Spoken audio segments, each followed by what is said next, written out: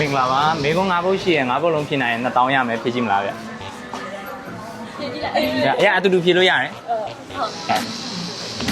2020ကမ္ဘာဖလားမှာဘယ်နိုင်ငံကချန်ပီယံရခဲ့တာလဲ2020နဲ့ဟုတ် ဟာလေမက်ဆီကိုအသင်းအာဂျင်တီးနား အာဂျင်တီးနားဟုတ်ပါလေဟိုအမေရိကန်ရဲ့မြို့တော်ကဘာမြို့လဲ နယူးယောက် သိကြလား သိကြတယ် သိကြလားနောက်တဲ့ chance တစ်ခုပေးရနော်အမေရိကန်ရဲ့မြို့တော်ကကြပြောလို့ရတယ် နယူးယောက် New York နော် ဟုတ် မဟုတ်ပါဘူးအဲ့ဒါဆိုနောက်တစ်ခုမေးကြည့်မယ်နော်ပြင်သစ်ရဲ့မြို့တော်ကဘာမြို့လဲ ဟာပဲရစ် Paris နော် ဟုတ် Okay ပါနောက်တော့9000မှာဆက်ပြကြည့်မလား ဖြည့်ကြည့်လိုက် ဟုတ်ကဲ့ပထမစက်မှုတော်လန်ရေးနိုင်ငံကဘယ်နိုင်ငံလဲ စမှုတော်လိုင်း Oh no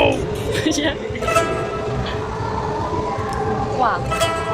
ဂျာမနီလား ဂျာမနီမဟုတ်ပါဘူးနီးကပ်ပြီ အီတလီ အီတလီမဟုတ်ဘူးနောက်တဲ့ chance တစ်ခုပေးမယ်နောက်တဲ့ chance တစ်ခုသူက Europe နိုင်ငံသူကကျွန်းစုနိုင်ငံ ကျွန်းစုဖြည့်ကြည့်လိုက်တဲ့နိုင်ငံမှန်မှန်ပါရောဘဘက်ကလ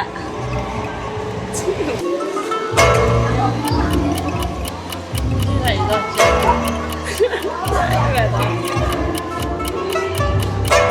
2,000 years. မသိအောင်ရှင် ပြီးတော့နော်ဟုတ်ကဲ့ကျေးဇူးပါ